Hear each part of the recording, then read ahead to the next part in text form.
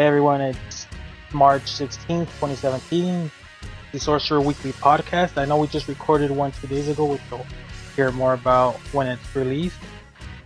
And as always, I'm joined by two co-hosts, but this week it's two different co-hosts. We have Icy. Hello. And we have Goose. Hello. So Goose was on our first trial podcast, but his internet was worse than Simon's game with Urza, and it just completely shit the bed. So he didn't last there that long. Icy has been away for a bit, doing I don't know what related work, I'm assuming. So she hasn't been able to record. But this week she can. Someone's gonna join us in a bit because he's at the store, even though I gave him a specific time, and I'm kind of not salty about it. But so yeah, he's gonna join us in a bit. We're gonna talk this today about the chapter that was released earlier today, chapter 527. The discussion for it and the title of the chapter is Passion. We're also gonna talk to Goose and Icy about their opinions on the movie trailer that I've already discussed with Soma Shadow. We're also gonna have character discussion like we did in the past, but we're gonna focus on Natsu this week since he played a huge role and has played a huge role throughout the series. And we're also gonna talk about the ever-changing art style of Mashima from his early days with Fairy Tail and to his present.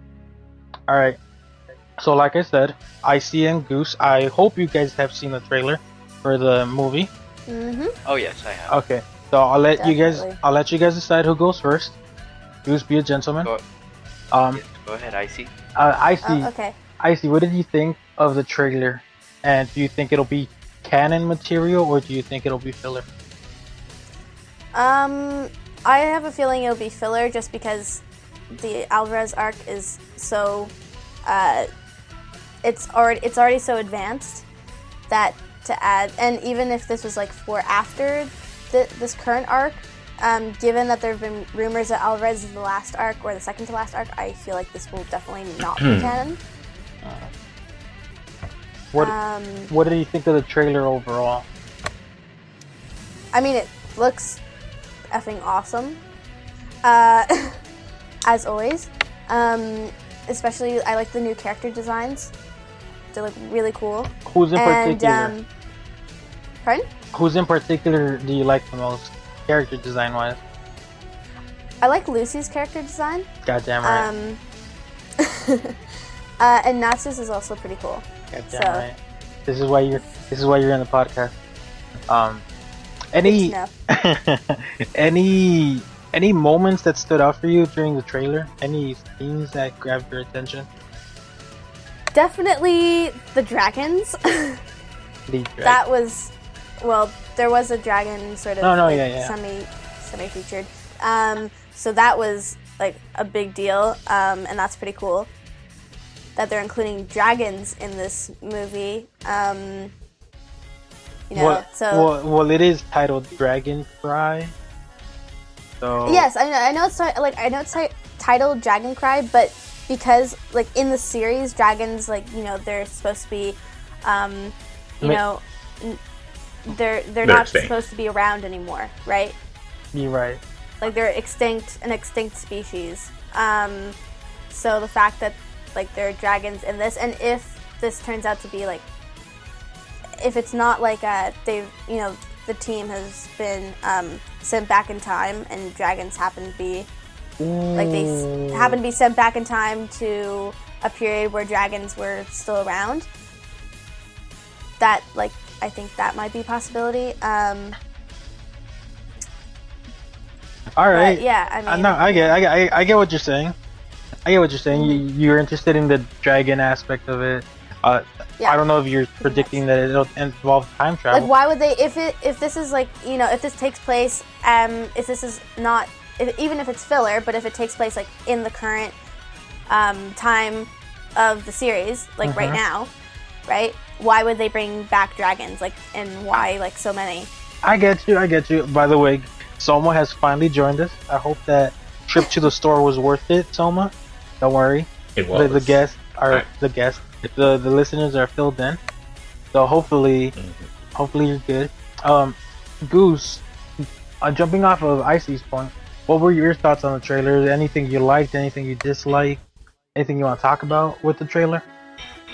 I actually really enjoy the fact that you see Natsu just like transforming into this dragon, or at least like half a dragon, especially at the end of the trailer where he just like gets up and you see like the wing come out of his back and then like half of his face just is all dragonized. I think that's the cool aspect of the movie to me. Because I want to see how the rest of his guild members are gonna react to that, you know? I get you. So do you think that Natsu will go full dragon transformation in the movie, or do you think it'll just be a half thing? I feel like what it's gonna be is he could have the potential to turn into a full dragon, but I also wonder like if he does, that in a way it would make him lose his sanity as a person. So I wonder if they're going to try and like stop that, so he only becomes half a dragon. So he just loses half his sanity. So typical not. Yeah. What do you guys think, Soma and Icy? Feel free to chime in. What specifically about the dragon aspect? Do you think that he'll transform into a full dragon, or do you think that it'll be like Goose says, where it's just half a transformation, so to keep his sanity? I'm not sure if he'll go full dragon. I think it'll be a bit weird to see him completely just become a massive scaly lizard. I can imagine maybe towards the end of the movie, maybe he's like almost a dragon. He's like in the middle of. Oh, that'd be hype as fuck. And then he fights Gray. Yeah. Oh. I mean, if we want to go in that direction, sure. That'd be fantastic. Foreshadowing, okay. I mean, Daphne Arc did it better. I'm just saying.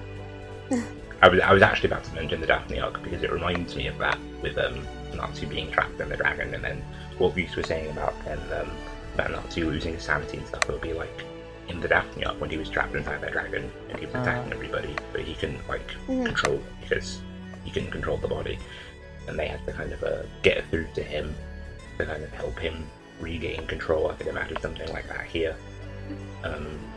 So I can imagine maybe he's transforming, but maybe Lucy is able to stop him because of the bond that they've got. Well, she's able to kind of help him retain his sanity and stop his transformation in full.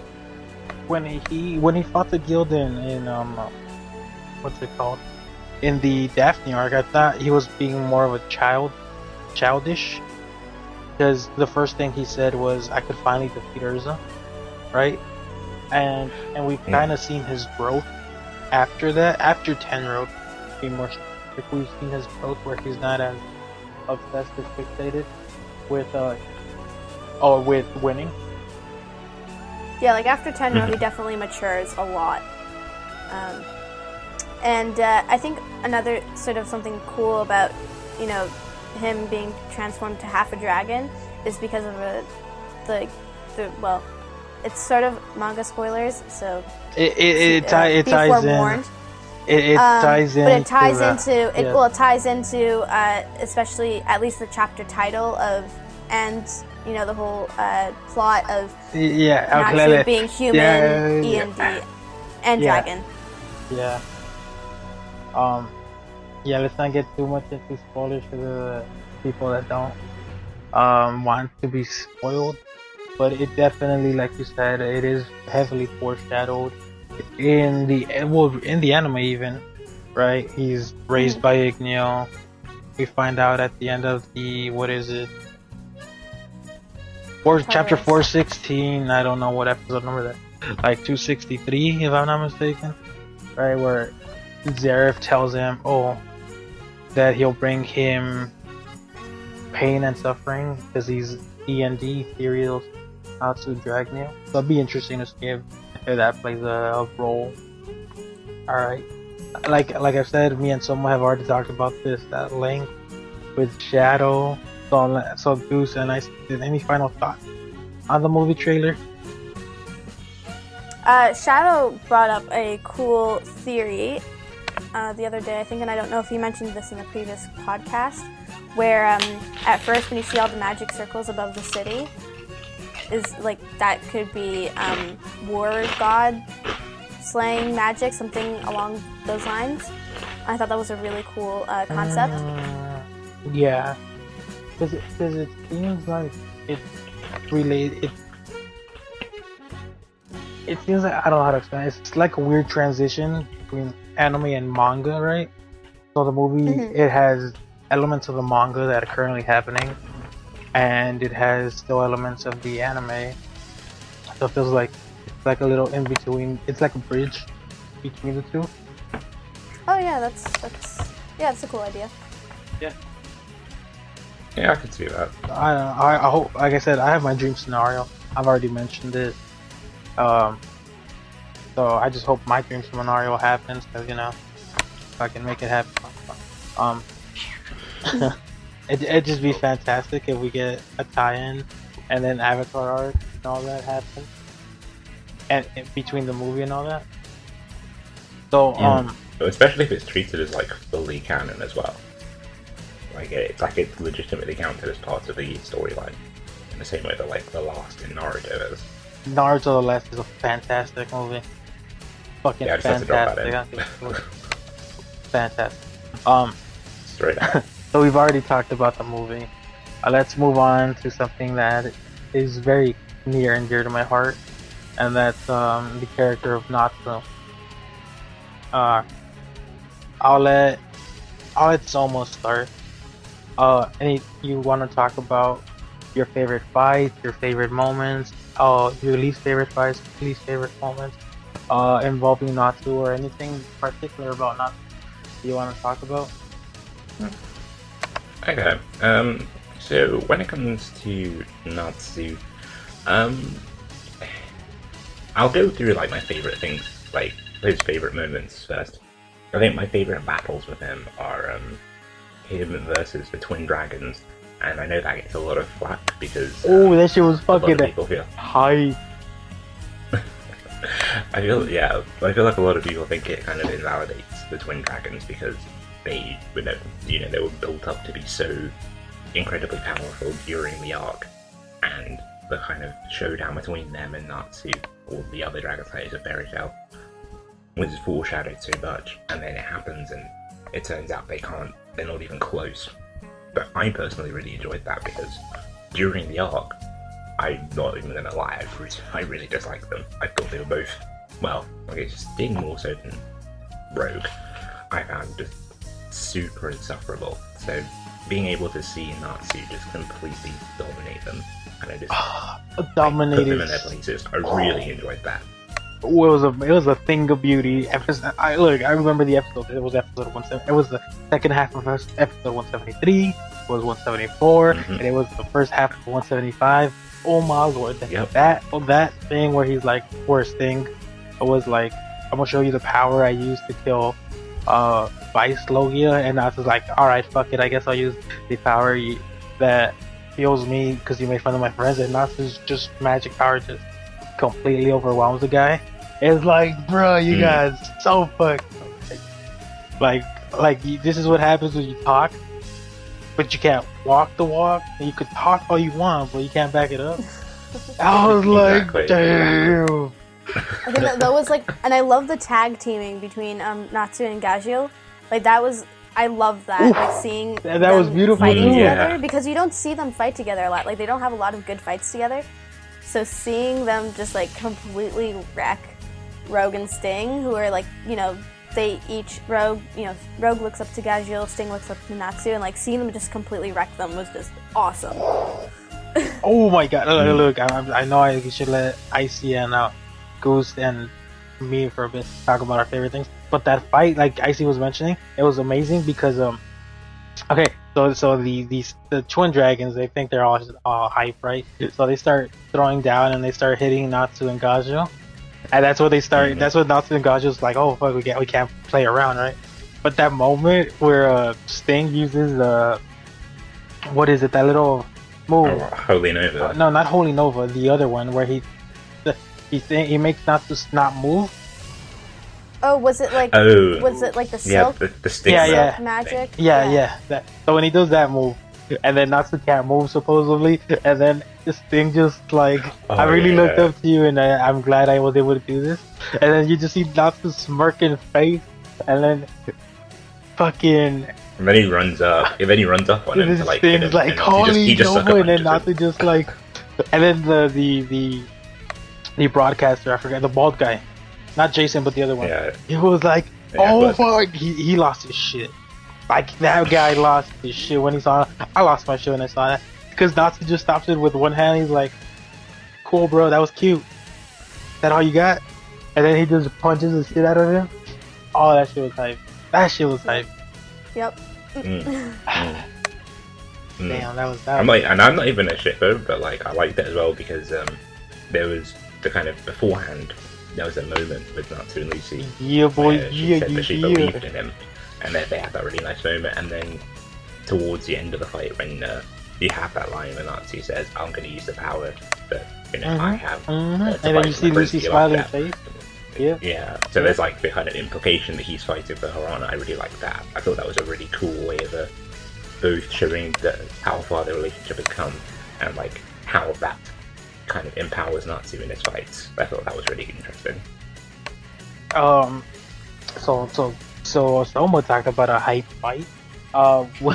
That's probably like my top two Natsu fights.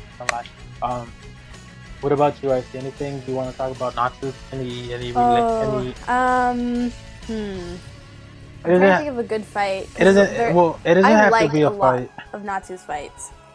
Yeah, that's not to be right. I mean, like he's always so hype. Like all of his fights there's so much hype in all of his fights. But there's a lot of, and this is again like a sort of a purely fairy tale thing. But there's also like a lot of his fights are also Nakama-fied. One v There's, like, one me, so much, bro. like, That is not Nakama true. and everything. That is Nakama not power. true. That is not true. And I have to say, I think the fight I like the most is, I guess I'd have to say Natsu versus, I think his name was Zoro. He was the flame god slayer.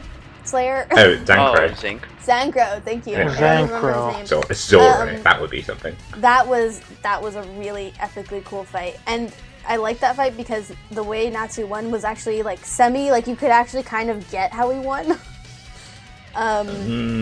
Whereas other times I feel like for a lot of his other fights you're kind of like, yeah, I mean he won, but the logic is sort of a little bit shaky.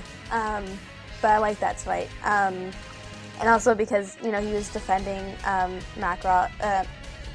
Makarov at the end, and he was defending Wendy at the beginning. So, like you could really see he was trying to defend and like support his guild mates, and I liked that. So, Eh. Yeah. Ironically, that's like one of the few Nazi fights I actually am kind of like shaky on when it comes to the logic, because like the way that he wins, he basically just as like a reminder to the viewers, he basically Zankro's power, God-slaying fire, basically means that Natsu can't affect him with his dragon-slaying fire, but Zankro can affect Natsu. Yes. So obviously that puts Natsu at quite a disadvantage. So Natsu's kind of a strategy at the end is to empty out all of his magic power in order to create a vessel that can eat flames that he couldn't before. I'm pretty sure those are basically the exact words. Yeah. And to me, They that were. just makes absolutely no sense. I don't understand how that works, like, at all. Well, I think it was more don't of even- a. I think it was more of a. He has a certain amount of magic energy, right? And the way he replenishes that energy is with by consuming fire, right? Right. So if he was completely out of magic energy, he'd be able to consume any fire he wanted, and he'd take on that property, as opposed to having magic energy and then trying to consume a different type of elemental fire. Okay, now see, that I can understand, if it had been portrayed in that Well, specifically in that way, I think it kind of was. See, the thing with Mashima is, and we've already talked about this before, is the guy does not fully go into detail. He leaves it to the reader's imagination at that, which could be good. I mean, it's worked for him for 11 years almost, right? But at the same time, there's always those debates where like, oh, he didn't say this, so it's just an interpretation.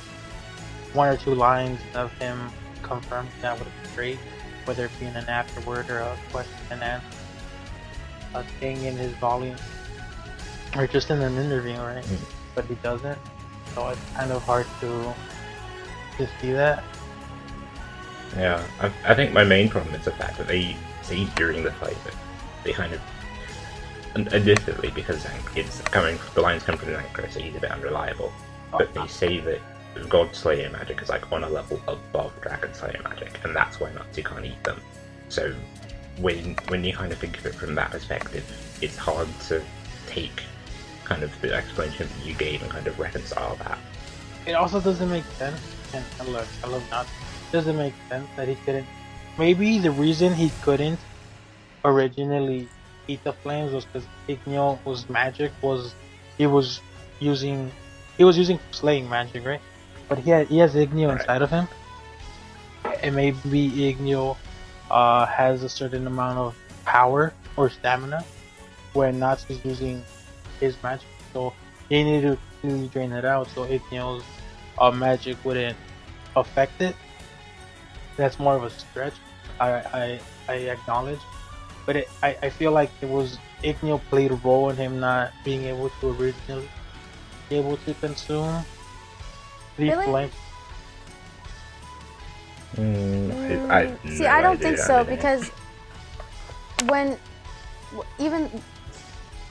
at least it seems to me that Ignio wasn't Natsu wasn't actually using any of Ignio's magic. Like, he was using the Dragon Slayer magic that he was taught by Ignio, right? No, so I'm not saying. No, I'm not saying that he was using Ignio's magic, but I'm saying Ignio's magic had a presence in Natsu, and because I acknowledge that it's a stretch. Don't go wild, people. Because Natsu's magic didn't change in any way after Ignio left Natsu's body. I kind of did, because his Dragon Slayer, Dragon Force mode turns to scales.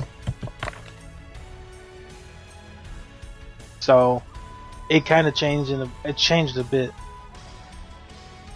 I think if it had been portrayed this way, as in, so basically as if a Slayer couldn't eat magic of like another kind of Slayer because the magics just can't mix properly inside their bodies, I would have been okay with that. That would have made sense to me, because then Natsu emptying out his body of magic energy would have made, and then being able to absorb another type would have made a lot more sense. But kind of the way that it is in the fight, I just find it hard to kind of get along with. Goose, any input? Yeah. I can't really have any for this fight in particular. I'm thinking of an entirely different fight. All right, go ahead and tell us the fight you want to talk about. Natsu versus 80. Well, it was a team fight. Wow, that's Team Natsu versus 80s. That's true, but I still feel like, in a way, he had a large part in that fight, especially since Hades was trying to use that ability where they were all, scared, or whatever, and Natsu's like, no, don't be scared. Well, why does he say that, though? Why does he say that, though? What? Why does Natsu say that? Why does he talk about fear like that? Because he's Natsu. No, stun, because he just fought Gildarts earlier, and Gildarts told him there's nothing wrong with being afraid. It makes you a better wizard. So I'm just saying that you picked the wrong. That's alright. You guys both picked the wrong general fight. I just feel like that was an overall cool fight, especially since Loxus gave Natsu a bit of his power. That was pretty dope. Oh yeah, That was pretty dope. that was very cool. And it started off kind of a trend of Dragon Slayers having dual elements. Well, okay, 4 of them have done that. So Only that was pretty cool. no on the. Are we getting into spoilers? Because I don't even remember. No. Oh, yeah, sorry. Yeah, that's the spoiler. Oh, I don't even. I still think you're wrong though, because I think it was less. So it was Natsu. I'm counting another character. So Oh yeah, you're. Yeah, no, stop it. You fired, fam. You fired. So we're talking about the our favorite Nazi battles, right? So I'm gonna pick versus the Twin Dragons, who were overrated and still are. That was for you, Goose Rider 960. wow. Wow, the shade. I The lights are in my he room, I'm is, still covered. I by mean, the his shade. best friend is Rogue, so he's got a lot of shade. It's fine. Icy Pig. wow. Icy Pig. Natsu versus Sankrai. crazy Goku, right? Dude looked like a crazy Super Saiyan 3 Goku. So that's just how I remember that fight. Old Goose over here, not the Goose Rider who likes Sting, the other one. He picked Natsu and Company versus Hades. Which is a good. Nazi and Company. I mean, Goose made a point. Natsu was landing most of the hits. Gray was doing nothing as usual. Wow.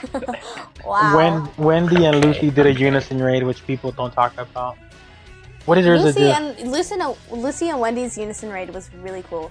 And then Natsu was in the Actually, I love that middle. unison raid. And then Natsu was in the middle, just spinning towards it and just punching the hell out of Hades. That was.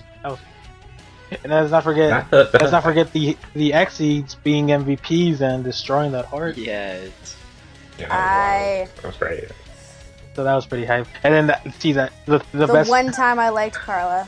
The funny thing Oh, about yeah. that whole fight was when Happy, Carla, and Panther Lily are in that little ventilation shaft, and then Panther Lily just bumps into Carla's butt, and you just see Happy lose his shit. He's like, "Did you just do this?" And Panther Lily's like, "Oh, dude, bro, I'm sorry. That was an accident. It's your fault. You stopped." So that was pretty funny. That It was just a prank. just a prank, bro. For me, one of the like I said, a lot of these Natsu fights are hype. The post time skip, chapter 418, also known as episode 271, where just Natsu completely destroys the Grand Magic Games and Sorry, one shots Doc. everybody. I love that. I don't even care if it's people think it's bad. I like to think Natsu destroys the dragon. I don't think it destroys anything. I don't think. But Yeah. But my favorite fight would be Natsu versus Jackal. Yeah, I thought so. I figured. You just see a different side to Natsu, right? And I'm not trying to like be cute when I say this, but you see a demonic side to him, right? Where he's just like completely lost it, and he's just beating the hell out of Jackal, and then of course he got that grin on his face as well. Dude, so Natsu gets overwhelmed because all these attacks just like explode and he's like down for a bit and Wendy heals him. Right? But then when he comes back and then you have that crazy evil smirk where he's like, I know how to counter your magic or your curse or whatever. And then he just consumes the explosion. I was like, this guy is crazy. Like, holy hell, he's crazy, right? And then you see the fear in Jackal's face. He's like, how is a human making me so scared? And then I'm of the belief that Jackal at the end realized that Natsu was ENT because he's not human at all, and he kind of does that look, and then he just like, all right, I'm gonna self-destruct, and then Natsu uses the lightning fire Falcon punch. Yeah, fire and hammer. Yeah, So that was my favorite fight because you see the different sides to Natsu that we're used to, which is nice given how consistent and I don't want to say like what's the word? I don't want to say bland, but like he's done the same thing over and over again. So it was nice to see a different aspect to him. Yeah, I see that. I enjoyed the fight a lot as well, for pretty much the same kind of reason, and because there isn't really any kind of a Natsu doesn't really need an outside force, because I feel like a lot of the time, or at least some of the time in Natsu's fights, because he's the main character, he kind of isn't allowed to kind of be shown dominating all the time. Like, he has to struggle in fights more than he probably would for the sake of suspense. And he often needs, to have a little bit of help from other people. There needs to be some kind of outside influence to kind of make the fight more kind of memorable or spectacular. But when it comes to him versus Jackal, it's very much just Natsu kind of going in and figuring out Jackal's magic.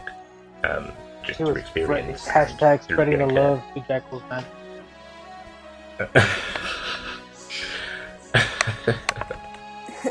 If you don't know what hashtag spreading the love is, listen to episode 7 of the podcast. Lovely. I haven't listened to that episode, should I? Yes. Well, okay, maybe you shouldn't. Oh dear. Yeah, episode 7 and episode 8. We might need some viewer discretion is advice type censor because. Oh boy. Okay. Ooh, okay. All right. So another one thing I want to talk about, not that doesn't involve his fights, is his growth. And I know someone's supposed to be writing a post about Nalu. I guess he'll write it after the series ends. Figure that doesn't really. Hey, it's coming. It's coming very soon. Kind of. Says that 2 months ago, and it still hasn't happened. It's fine. Fine. Take your time, Soma. Take your time. Not like anybody's waiting for it. But his overall growth is something that I kind of admired because at first you do see how he's rather not over hyper, like he's super hyper, right? He's super destructive. Doesn't really care for teammates. Well, to some extent he does, but he really doesn't. And then, like I properly said, the first team Natsu consisted of Natsu, Lucy, and Happy. Even though people questioned me and doubted that I'd be right. Come on, guys. So I like how their growth happened because you'd see how not uncomfortable Lucy was, but she wasn't as comfortable with Natsu just breaking into her home and just chilling there, eating chips or whatever. But as the series grew, you saw their relationship be that of close friends. And I'm not gonna argue romantic or not. I'm just gonna go on the friendship thing. So people should already know I should know, so shouldn't be a problem there. But you see how this isn't news. Yeah, exactly. But we see how much he's grown and how much he's willing to sacrifice for not only her, because he would sacrifice a lot for Urza, right, early on, Tower of Heaven, most notably. But we've seen how he's kind of transitioned on just focusing on Lucy, right? Threatening to kill people in Phantom Lord if they didn't tell him where Lucy was. In Battle of Fairy Tail, when he tells Lox's bro that it was just a prank. In Edolos, when he threatens to kill the people if they so much as touch a hair on her head. In Grand Magic Games, when future Lucy dies, and he promised her that he's gonna protect the future. And also when Lucy is beaten up by Minerva. Oh my god, that was just. He had his vein popping out. No, but see, Urza was there, but Natsu's vein, like, Jesus, like, this motherfucker created a mountain in his forehead. Because I was like, damn, like, that. The only time you've seen him that mad was Future Lucy dying, where he was just livid, right? When I'm sorry, Lox's and company were like destroyed by Tempester in Tartarus, and in certain manga chapters that have been released recently. So you've only seen him like that a few times. So you saw him like that, and you were like, oh. And that's when, Sabretooth thought it were cute, and then Natsu goes into, what is it? He goes up to the Sabretooth Guild Hall for when they're in Crocus, and he just 1v1s Giamma? Whatever his goddamn name is, I don't care. He's a bum. Natsu would have one-shot him if he thought it wasn't there. And then you see everybody behind him, everybody in his guild just lose their shit. Right? Where, I remember this shit because I have it on my phone. Sting, Natsu jumps in, and then this guy who looks like Shredder Ryu, right? He's like, oh, I'm going to defeat you, and Natsu just cracks the hell out of him. And then you have Sting's like, it's okay, master, I'll fight him. But he says it like so scared, right? And Giamma's like, nah, I got it, don't worry.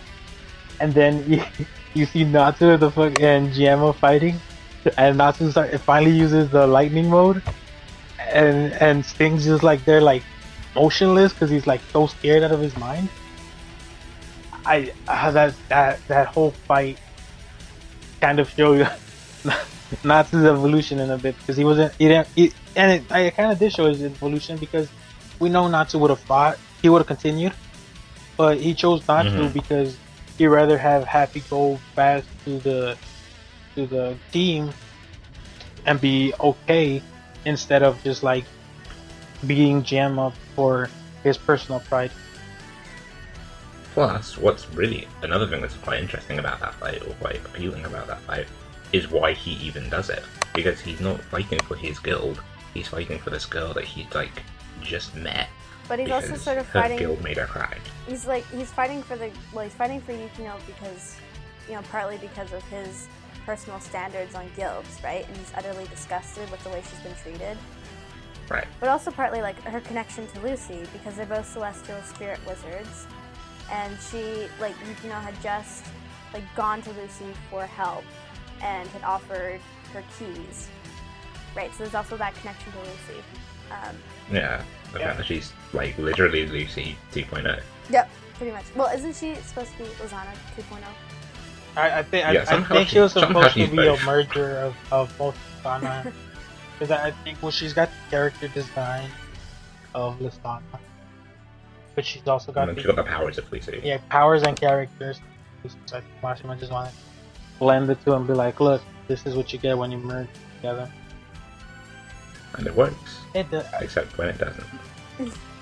Which is chapter 508. But don't worry. Good. Your mileage may vary on that one. Yo, man. Jesus Christ. We can't get off the rails like last episode, so yeah. No, but Icy does bring up a good point, because he's fighting based on his standard of what he knows what guild to know. Now, he's not saying that his standard is correct, but he's saying that Fairy Tail is an accepting place, right? And that you should treat each other like family. Which GM was kind of like, "What you on, bro? You're all soldiers. You're all my bodyguards, essentially. So when you lose, I'm just gonna whatever with you, do what I want." And I think the only reason he acted was because Yukino was crying. Because if you remember, she leaves the area where she was talking to Lucy with, and Natsu goes and gets her for something. Because he was saying like, you're not a bad guild or whatever, but I'm just competitive, right? And then she just breaks down, and Natsu just like loses it. Like he doesn't lose it like he doesn't lose it like he did with Lucy dying, future Lucy dying. But it was pretty close, and you just see him like storm their guild room, and I was like, shit is going down right now. That's a fight I'd pay to see. That Natsu vs Jamma with no restrictions, no Minerva not getting involved or nothing. Because I mean, if Sting and Rogue could defeat him in Tartaros, I'm pretty sure Natsu could defeat him easily. I mean, Natsu defeated the Twin Dragons without the Flame Lightning Dragon mode. So, that's any aspect of Natsu's character, his design that you guys want to talk about? I really like his design. I think his design's like it's very interesting. I like especially his Grand Magic Games design, the one with the kind of zipped up jacket, like the zipped up one-arm jacket. I like the kind of asymmetry there, and I feel like he's just got a very kind of unique design for a shonen protagonist. I think personally, I liked his again, this is sort of manga spoilers again, but after the Tartaros arc, his character design after, which is sort of like an updated version of his Grand Magic Games character design, and where he has like the one sleeve. I like that just because it made him look more like he looks more mature in that character design than he does in the Grand Magic Games. I mean, partly because they've gotten older, right? Yep. But yeah, I like that because it also showed how like he's still the same Natsu, but he's like grown, and that character design like reflects that, where it's still like sort of the classic Natsu design, but like updated. And he doesn't feel the need to show off his six-pack all the time. Yep. I think that was a photo shot at Greg. Wow. Take it how you will. What about you, Goose? Anything you want to say? I just like how he always wears a scarf no matter what, to like wrap it around his head and stuff. Oh yeah. The scarf is Like the same way like Luffy always wears that. Especially with the new movie also, doesn't he have it like wrapped around his waist in the character design that was shown? I think he has it like a satchel. Yeah, like it's like sort of diagonal across his like a sash. I like that. Okay. Oh, like Zara. Yeah, I like it that it's just like he'll just find the way to wear it. Oh, you know something that I noticed, I just noticed about the character design is that this is sort of going back to what we were talking about before, how the movie, whether it's going to be filler or not filler, but you can see that Natsu's right arm is under wraps, and for manga people, we do know what that means. He's got a tattoo of saying "I love Lucy" on his. Okay. Yeah, you Best wish. tattoo ever. Alright, okay. But yeah, that definitely dates the movie. If you read the manga, then you know you've got a pretty decent idea of what time the movie is. You know it's post Tartarus, but before a certain point in the manga. Look, so I've been saying for a while now. I think the movie takes after Avatar. When they're all reunited, but before the whole all Yeah. those stuff. I think that's honestly the only time that would make sense. Yeah, pretty much. No. Yeah. If it's going to be canon, it has to be then. They should just hire me.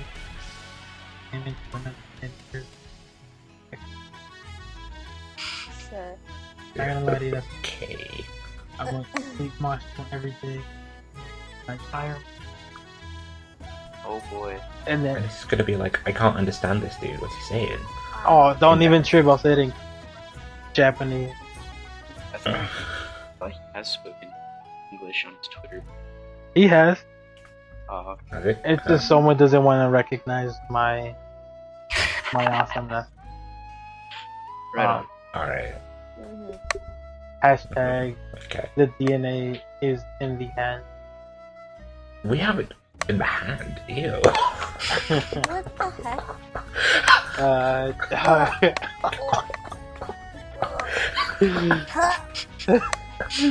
Okay. Please. Okay. Please, Well, I'm first so of all, look, I'm just saying DNA. You scratch someone, the DNA gets in your hand, gets in your nail. Just saying. Oh, stop. it. Uh-huh. Don't stop. Look, Stop it. innocent until proven. That's what Zareth said. Mhm. That's what I. And speaking of Wow. Zara, shall we move on? Shall we? Yes, we shall move on. Yes. So one of the recommendations this today for one of the discussions we have was the ever-changing art style of Mashima throughout Ooh, his fairy tales. interesting. Who wants to start? I wanna get some like example pictures up. Oh yeah. Oh, I recently saw an example picture of Juvia, like early Phantom Lord Juvia compared to Juvia now, she and the ugly. difference is crazy. The differences in like her facial features, yeah. Yeah, like her facial, like he looks so much more, like she looks much more depressed.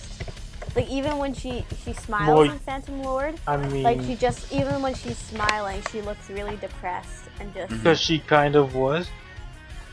Well, she was, but like I think the style, the style of Mashima's art style, like in the early couple of chapters, like you can't even. Looks like it's totally different compared to now. Like the faces, I agree. the faces grew. They stopped, like they were. The faces then were more like they were more long. Like they were long faces, obviously, and they were bigger compared to like the proportion of the neck. Like the necks were really thin, and the eyes were like the style of the eyes was different. And now the faces are smaller, and like the eyes take up more of the face with like smaller mouths, They're more smaller rounded. noses. Yeah, they're more round now. Okay, I get it. You forgot the most obvious change is no more big forehead. Big Yep. forehead. 5 heads. Oh yeah. Forehead so big, you might as well call them 5 heads. Wow. I mean, they had huge foreheads. You cannot tell me. Oh they- yeah. Damn, Like that joke. that picture with Urza and like the forehead back in the early chapter. Look, There. if any Yeah. of you follow sports, Hayden Manning had a smaller forehead than this manga character. Alright? Landon Donovan had a smaller forehead than this character. You name it. These characters had a huge forehead. Huge. Mashima, I guess, he realized that characters don't need that big a forehead.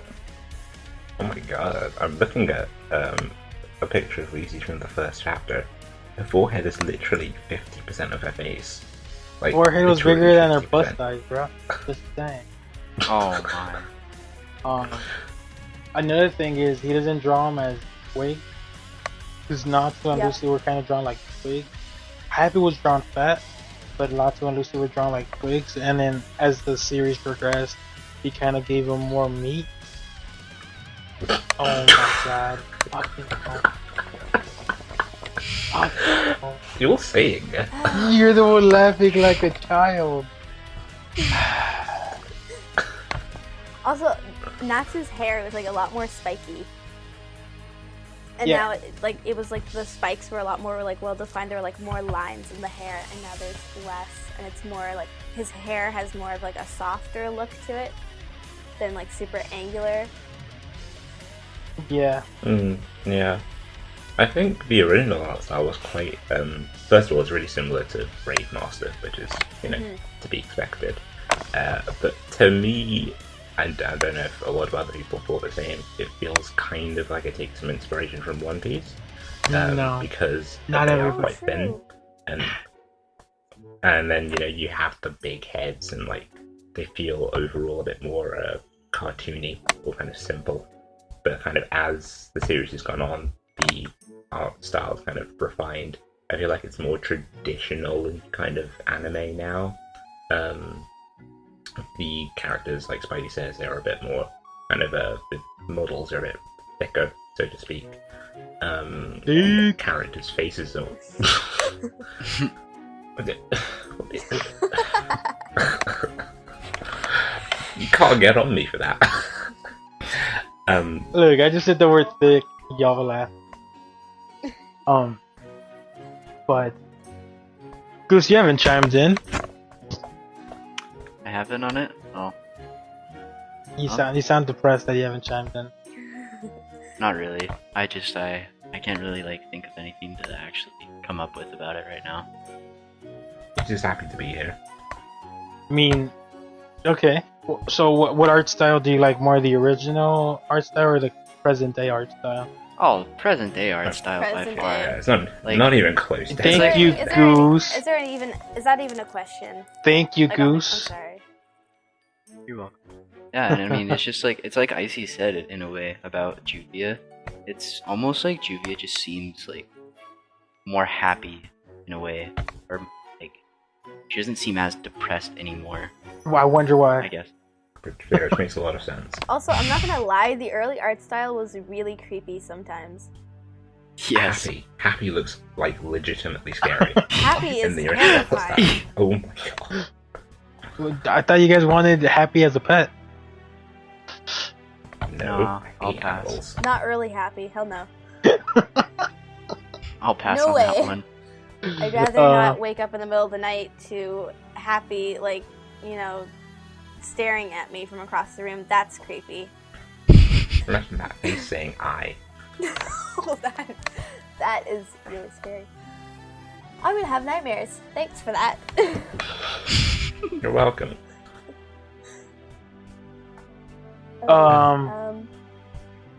That was, yeah, okay.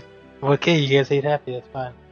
Hashtag Happy needs love. No! Can't hate hate Happy. His eyes are so but- big though. Like his eyes are so big and his pupils are so small.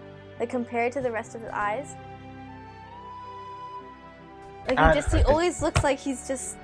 It's like he's not actually like looking anywhere in particular. He's looking It's into scary. your soul. He's looking into your soul.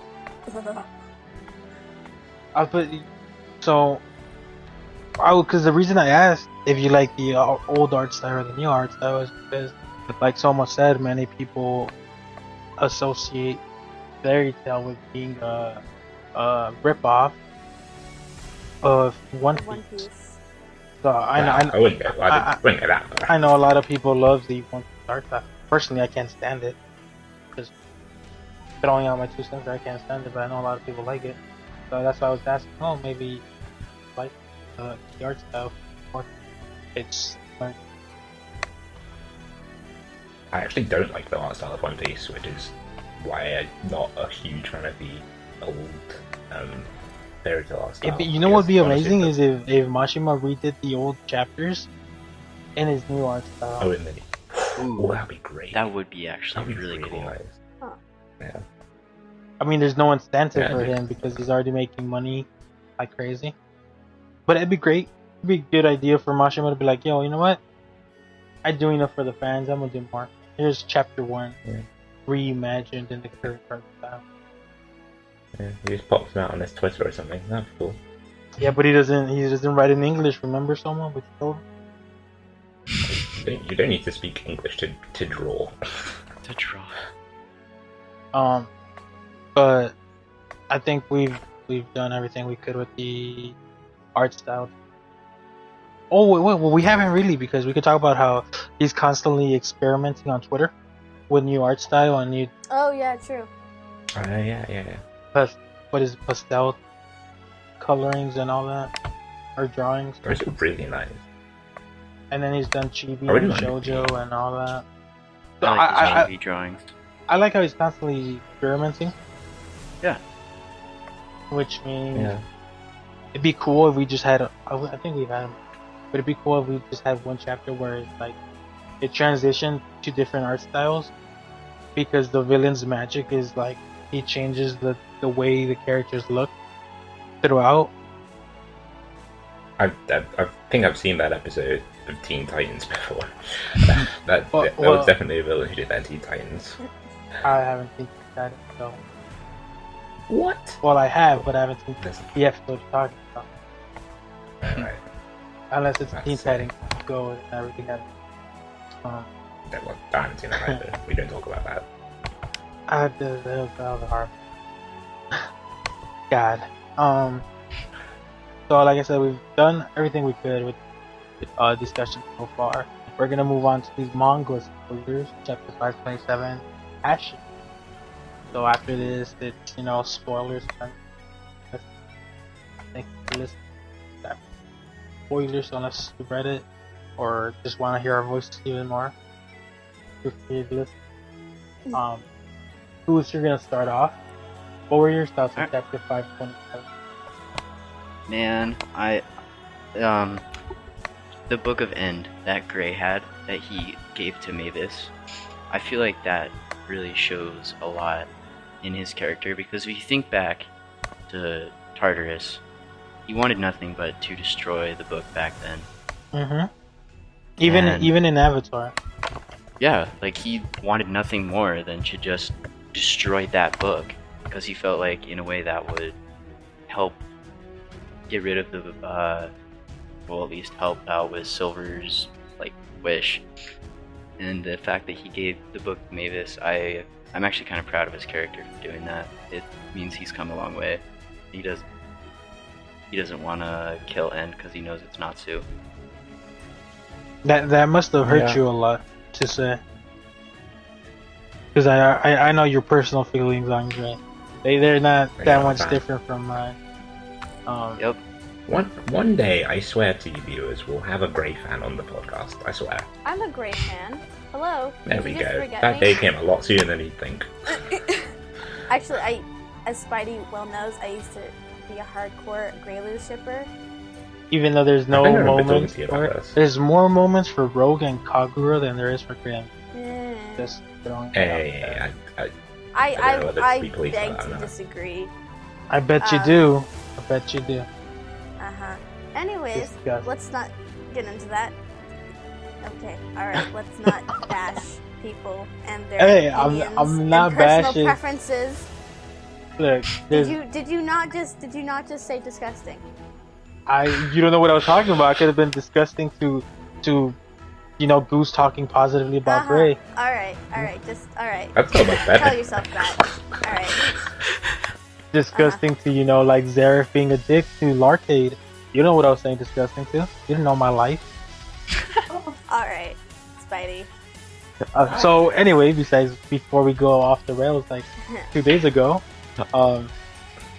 Icy, what are your thoughts on what Goose mentioned?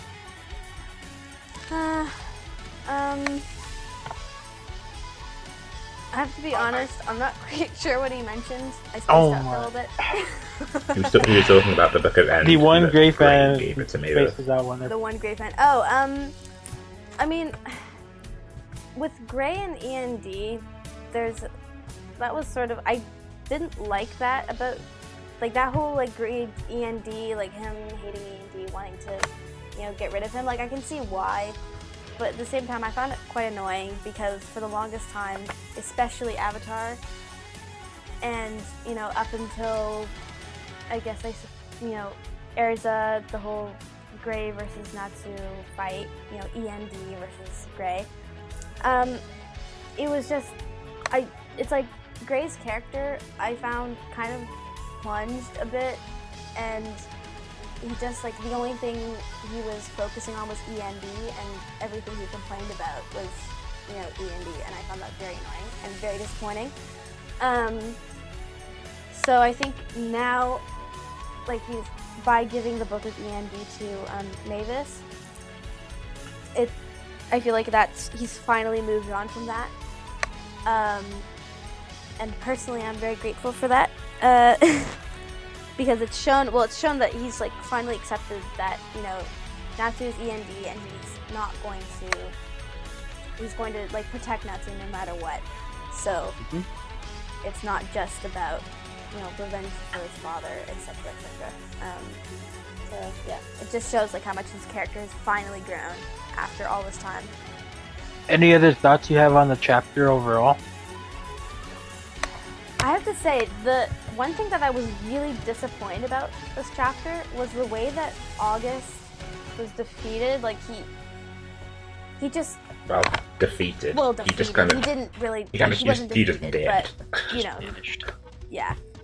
He just left. Look, I was really disappointed with that because why is we that? thought for the longest time that Larcade was Zervis and Mavis's child, right? That was sort of implied, or we were misled into thinking that. And then I think it was 2 chapters ago, all of a sudden we find out that August. Why was Is His Majesty's their son not child. loved? Yeah. And then 2 chapters ago, we find out that August is actually their child, Mm-hmm. and then exactly the next chapter afterwards, he dies. Well, he dies. He didn't die last chapter. He died this chapter. So Well, sorry, like not last chapter. He dies this chapter. So last chapter we found out that he's Mavis and Zeref's child, and this chapter he dies. And I found that really disappointing, just because we don't get we've seen him interact with Zeref a bit, but we have no interaction of him with Mavis, barely anything. And Mavis doesn't even know. Mavis doesn't even know. There's no Well, so I have a mother-son theory. scene. There's nothing. The only thing we get is August as a little kid, behind Mavis right before he completely dies, of him saying smiling. mom, right, smiling and saying mom, as a little kid, and it was so that is really, really depressing and really sad. But at the same time, he is supposed to be what is it? The father of all magic, The or the king of all magic. The king of all excuse me? magic. Right, and he doesn't. He goes out with a whimper and not a bang, and that's just really disappointing. So I agree. I okay.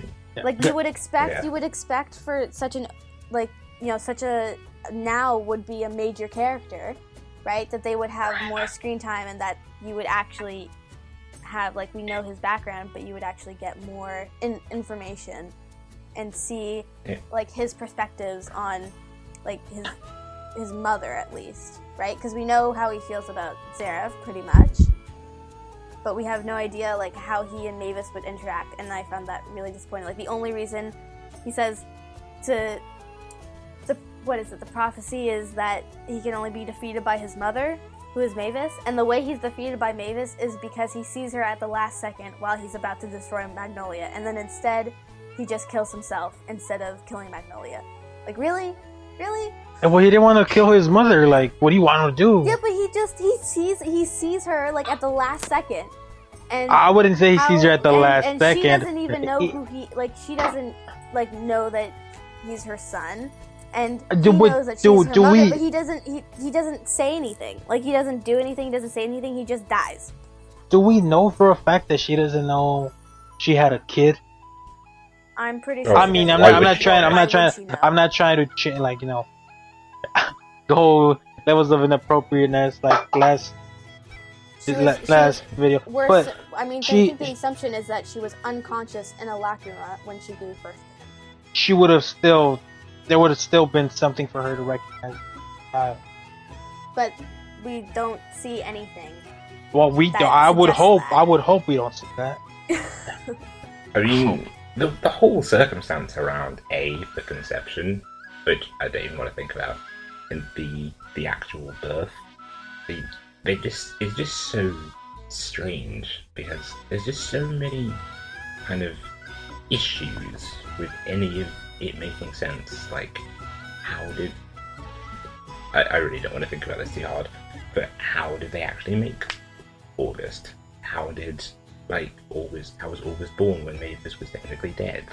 I told How you could she- already, man. I told you when they were kissing, they were in the mood. Oh, they boy. were. Please, Spidey. Very quickly, sorry. I'm sorry. Go ahead. Very quickly, I do have to go, so I will say my goodbyes. This has been a very nice conversation, and hopefully I will be on another episode of the podcast. We'll see. All right. All right. So, see you later. Thanks, Later, I Icy. say. See you Bye. guys later. Bye. So, okay, last episode, I brought up the point was of what was the purpose of Mavis being the mother of August? Was it needed? Him killing himself proves there was no purpose whatsoever. It didn't need to happen. It gives us more questions than answers. Like you said, Soma, how the hell, I caught myself before swearing, how the hell did she conceive him? How did Prek get her to have the child? When did they do the thing? What did I do? No, this is Really, like, come on. I know this is serious. These are like legit questions. Because Yeah. like I'm not. That's the problem. I know last episode we laughed it off a lot, but But like thinking about it seriously, like, yeah, because it's weird. Like, how the hell did she conceive the kid? How the hell was the kid born? How was it still growing when he was inside a lacrima with his inside his mother? Okay. Why would he be orphaned in the forest? All these questions that it's like Mashima didn't. He may have just done it for shock value because I don't see the benefit of it. Okay, yes, August killed himself when he saw his mom, but I mean, it could have been the same thing. Like I said last time, it could have been just a kid that Mavis saved from Blue Skull, from Fairy Tail Zero, who sees Mavis and remembers her, and is like, "Oh, I don't want to kill her because she saved me," and then he just self implodes and kills himself. But instead, it's her child, who she doesn't even know she had. Well, we don't even know if she knows because if you're pregnant, I'm assuming you know. It just all this. Yeah. That entire thing was just yeah. really Mashima.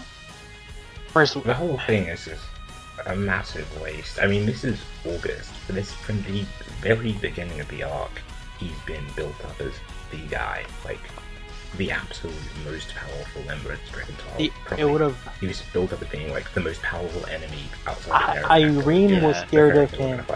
Irene That's true. was scared of him, and Irene's a dragon.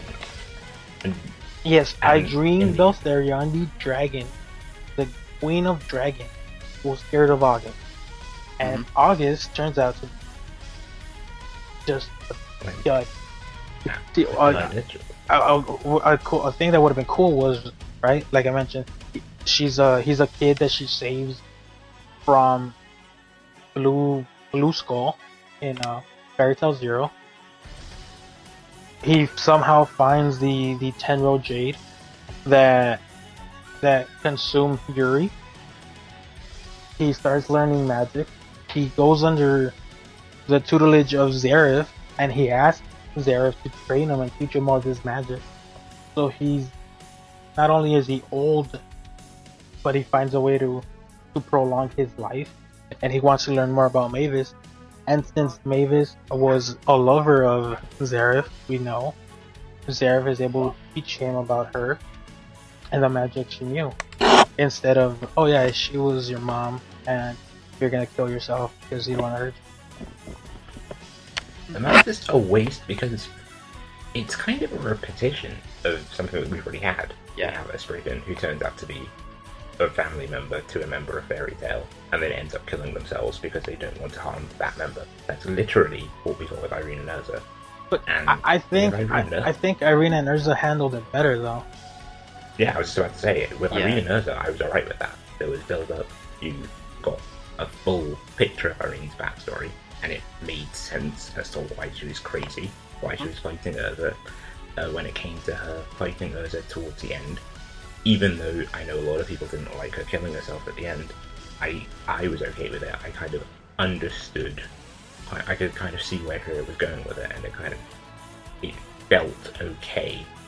But here, it just feels like, honestly, I really don't know what the hero was trying to do with this. I feel like he was trying to make maybe some kind of message about, the power of family, because he was really driving the family angle with when Gildarts and Kana were there, and kind of juxtaposing it with Zareth being a bad father towards the arcade.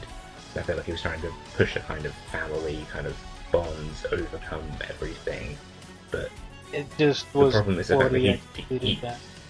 yeah, it was just poorly done. It just didn't. The whole thing was just weak, to be 100% honest. See, with Irene, when she was fighting Urza, I felt more like Irene was trying to destroy any evidence of her past, and Urza was part of her past, right? Because True. she was in her Mhm. when she was turning into a dragon and when her husband tried to kill her. Whereas August is like, first of all, you never told Zareth he was your father. You never told Mavis never knew, as far as we know, right? and you go up in the air, and then you just, oh, Mavis is there and she's dying, and I can't have my mom die, so I'm gonna just self-goad. And yeah, I know we're on this topic. And there's other aspects of the chapter we could talk about. Goose, you'll get those thoughts ready on the other aspects of the chapter. Oh but, yeah. But this entire subplot, it could have been something great, right? And it just turned out to be like Worse Than Grey versus END in the early chapters. What is it, like 504, 505? Ooh, boy, that chapter was fun. So Goose, as I mentioned, there was more to this chapter than just the underwhelming August Mavis Guild Arcana portion of it. Tell us about it. The line that Natsu said to Zeref, where he actually acknowledged him as his brother. And so, that line was killer. Killer. I was like, hey, yo, it's okay. I'm gonna hype this shit up because I'm not a fan, alright? When he said that line, and then you see that little smirk in his face, and he's grabbing him by the top of his collar, I was like, ooh, boy, you got him fucked up. You got him fucked up. And you just see him smirking, and then the next page, I know I interrupted you, Chris, I'm sorry. The next page where you just see Natsu like angry, and his scarf is like mixed in with his flames, and so is his body. I was like, ooh. Ain't gonna be good for Zeref. I mean, Zeref's kind of giving it right back in terms of mean mugging. If you look at him on that final page, like, this is what I was hoping for. This kind of the way that they look at it here is what I was hoping for from this fight. I know I said last episode, I mean nobody's heard it yet, but I said last episode that the fight was a bit underwhelming for me visually. But what we're seeing here on this last page looks like it's going to be more along the lines. That's a pay-per-view fight right there, bro. That's a pay-per-view. Exactly. That's some Tyson versus Lewis stuff right there. yeah. That's literally fast. Goose, go ahead and finish your thought on that. I just had to hype that. Dude, I think it's gonna be great, especially since the first time Zeref told Natsu that he was his brother, Natsu just flat out didn't believe it. But now he's like, you know what? I'll believe it. And he's just believing it now, and is ready just to fight Zeref. Yeah, call it Naruto. He believes it now. Believe it! It's his ninja. His ninja way, homie. Look, what was the full line? Because that full line was even more dope. We also, before I get a full line, we also get panels with Romeo and his coward of a father in it. Yeah, his father's a coward. Are you the fourth guild master and tell your son to be passed? Homie, you a fairy tale wizard. Time to fight, even when your odds are not in your favor. Get out of here. Nope. Then we have Mavis talking to Gray and Lucy. Ooh, the beginning of the chapter. That's the one thing I want to talk about before I get to the actual line of Natsu. The beginning of the chapter when Larcade. Oh my god. Okay. Ooh, Dude. I felt so bad for him. And Oh my, yo, I low-key kind of shed a tear. I'm like, damn. All he wanted was to be accepted and help Zeref defeat Natsu. Because Zeref clearly wanted to defeat Natsu, and he's like, no, don't get involved. And then he's just like, you're nothing more than a fucking demon from the book of N. And then he just makes him evaporate, and you just see tears off on Larcade's face. Oh, I was like, damn, poor Larcade. yep. It's kind of sad because it shows that he doesn't actually, for all his adoration of Zeref, he doesn't really get him because he was so dedicated to helping Zeref and to defeat Natsu because he thought that would be the way to get Zeref's acceptance. But he doesn't kind of understand this, that Zeref deep down still loves Natsu. So kind of trying to interfere by attacking Natsu himself was kind of the exact opposite of what you should really have been doing if you wanted to get Zeref's attention. So Yeah. kind of sad from that perspective. So I found it's page 20 on the Yonko Jungle Prod website, right? It's Natsu's shouting, "It has nothing to do with forgiveness. You make your own happiness. This is family." And then he follows it up with the next page saying, "And don't say that you don't have one when somebody who still have bonds with, who you have bonds with, is right in front of you, brother." Damn. Yes. Crazy. I lost it when he said that. I was like, damn. And then the follow up, the next page is, "Because this is also passion. You're right not to." And then he's like, "No, END." And I was like, Ooh. damn. So that's interesting. Because that could mean that the whole END thing is I don't think Zareth is recognizing Natsu as his brother, but more as his patient when he changes it from "you're right Natsu" to "no END." Yeah. Right? Because he wants to he keeps trying to drive the point home that he has no family. Right?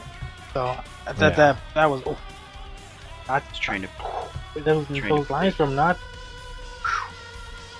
Those are some very, very good lines. And I'm so glad this was so good compared to the August stuff. It really saved it.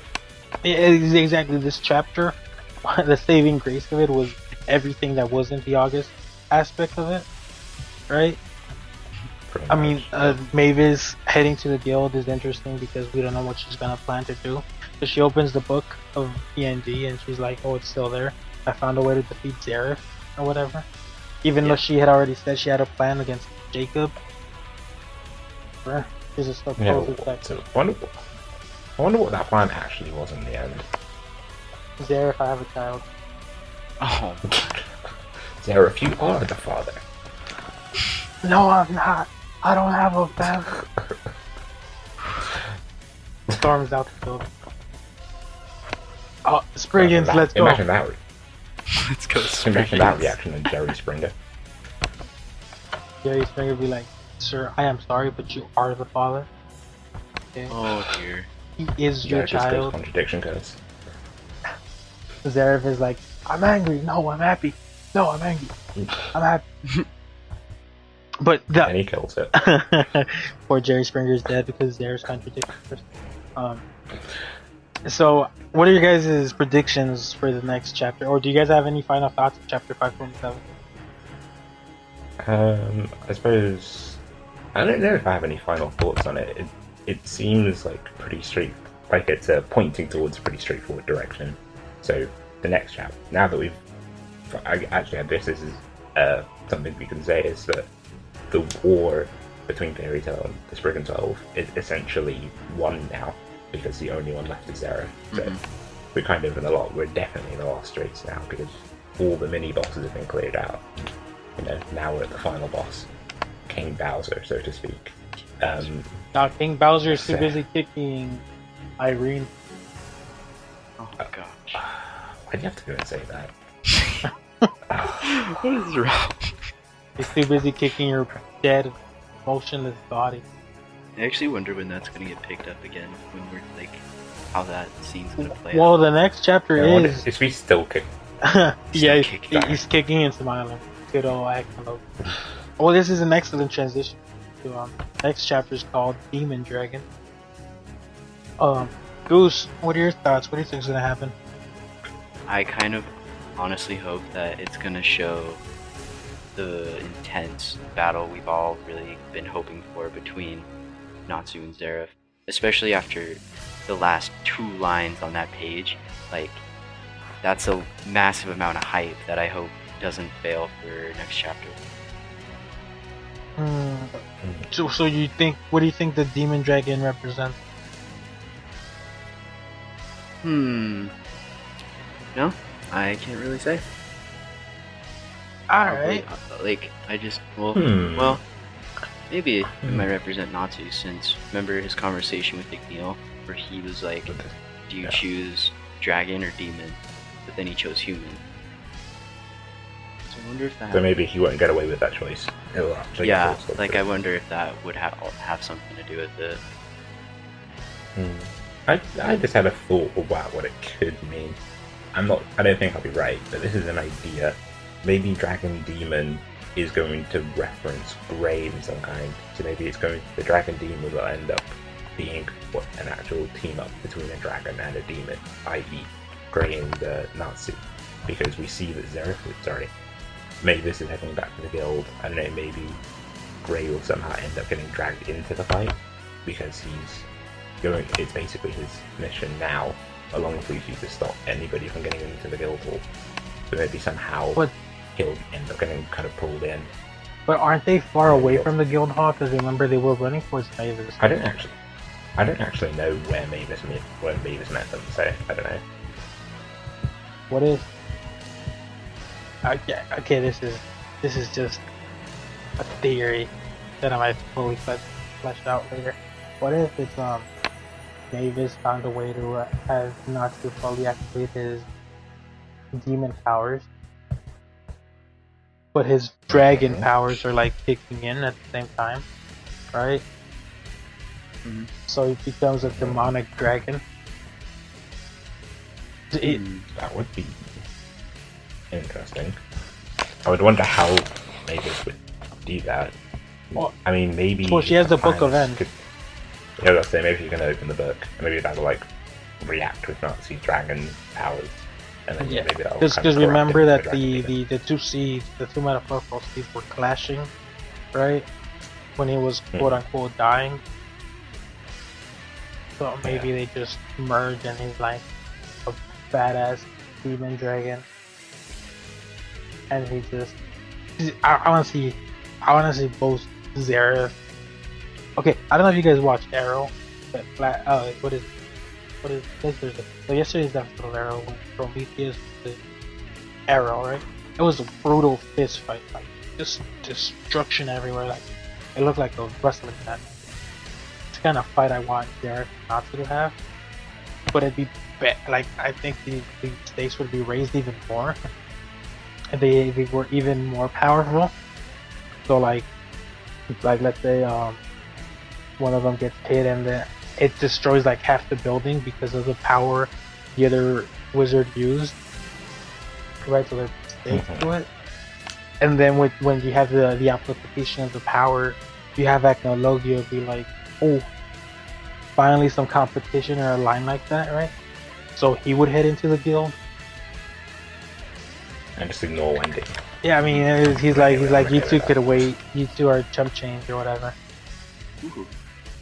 Which is something Ethnologia would probably say because he's too busy fucking kicking Irene. He's like, you were the queen of mothers or the whatever, the mother of dragons, and you created me. So step, blood splatter, blood splatter. So it'd just be great if it was like a 3-way fight with all of them at their full power. Ooh, that would be interesting. Maybe like a Mavis comes through, opens the Book of End. Mavis opens the Book of End. He activates his demonic powers, and then she uses very hard on him, so he's like even more amplified in magic power. And then that Acnologia, from where he is like senses the spike in magic power, he comes over, and then it's just mayhem. And then you have Natsu and Acnologia fight as dragons, and then as humans, and Zarev's like, I'm no match. Well, then when that prophecy also like come true that was mentioned, where it would be in the Grand Magic Games. Yes, so much. Yeah, be great. Obviously, this is like a rough draft to this prediction because I still gotta work out how it would go along with the actual chapters and make sure it's consistent with the chapters so far. But I mean, Mashin was not consistent because he gave Mavis a child. But jeez, the question I asked, was it needed? No. Did it serve any purpose? Absolutely not. No, it did not. It was just shock value, which is a shame because there could have been so much more. I mean, not from Mavis having a child. I always thought that was a pretty poor plot point, but it could have been so much more done with August than this, which is a shame. Okay, well that's the thing. And like last time, I gave the audience a question. I think Shadow did as well. But this today's question of the day would be, how would you handle the the Outbreath arc? What changes would you do? How would they affect the overall story? Now, don't go too drastic and be like, I kill Natsu, I kill, like, okay, we know the main characters aren't dying, so don't act like you could kill them, because come on, you can't kill them. But like, maybe a minor character too, if they die, what repercussions would it have? What story elements would you change, part, and that stuff. So, I know what I would do. what would you? Honestly, I know that a couple people who I've talked to about it have said that they wish that there would have been a bit more background for the Spriggan members besides the couple that actually had it, like Irene and Brandish and August. But yeah, probably just more like background info on all the other Spriggans, because that probably would have like added a bit more emotion, I feel like, to their characters. I'm not sure how much emotion I could ever have for Jacob, to be honest with you. Yo, man, he was filming Transporter 4. He got turned into a manga character, and then he was like, "Yo, I'm still an assassin up there. Let's go." But I'm also totally afraid of cleavage. So, And he's afraid to see undergarment. So there's that. So I think we're at that time where we're gonna start wrapping it up. Goose, any recommendations for people to watch, read, see, play for video games, or anything? You know what I'm gonna say. I'm gonna recommend people to watch the new season of Samurai Jack. Why? oh yeah. Pitch this show. Okay, well, I'm not gonna spoil the first new episode of season 5, but I'm just gonna say I watched it and it still has the old elements of the classic show from Cartoon Network, while still having like that new, darker like theme to it, because it's on Adult Swim now, and it's fantastic. I'm looking forward to how the rest of the season plays out. All right, so you recommend people watch Samurai Jack? Yep. Soma? Any Fire Emblem games you wanna, plug or talk about? Because you didn't talk about Fire Emblem this episode, so I'm kind of scared. I'm kind of worried for you right now. I think I was actually. I think that reminds me of I had a point actually about the chap that actually did remind me of Fire Emblem. It's kind of a spoiler, but like towards the end of the chapter, Mavis talks about Natsu having to separate Natsu from END, or else he'll die, because we know what the situation is there, and that's actually very similar to a plot point from Fire Emblem Awakening that you find out towards the end of the game. And I actually, the more and more I think about it, the more I think the endings, like the way that they both end, might actually be quite similar. So that's something that I'll be keeping an eye on. I might talk about it on the sub later on. So yeah, that's that. In terms of recommendations, I'll make a recommendation for an older game. If you haven't, play Fire Emblem Conquest. It's fantastic. The gameplay is great. Play Fire Emblem Heroes if you don't want to pay for anything. They've just introduced a new feature to the game that allows you to inherit your heroes, to inherit skills from Yeah, other it's still heroes. pretty whack. But which is actually pretty crazy. I don't know why they did that, because now Tarkin East is even worse. But there you go. Camilla best girl on Fire Emblem. You have no right to see sighing. You like Akino, who had a BDSM session with her father. Okay. But nothing. You like the sensei from Shin Mai Mao, aka Testament of the Devil Sister. And you know what she did with her nephew. You know what she did. You didn't even be saying that shit out I didn't loud. know that Don't even give me that. Should have researched. I did know. You led me into a trap. I led you into no trap. You take responsibility for your own best girl picking. Okay. So you have no reason to sigh when I say Camilla best girl. What's wrong with you? shaking my head. Good times. So, something I recommend for people to see. I recommend watching the season of Arrow. It's good. Season 4 was garbage. Season 3 was eh. Season 5, which is the current season, is very reminiscent of season 2, which is brutal, which was amazing, which had repercussions and consequences to actions the characters take. So watch Arrow. It's a great show. Guy gets bow and arrow and just kills people. What more do you need? Bow and arrow killing people in modern day. He's like a Robin Hood, man. Except he's a billionaire, so he's not a Robin Hood. So that's my recommendation. Alright guys, you were listening to the Sorcerer Weekly podcast. Adios. I do. See ya.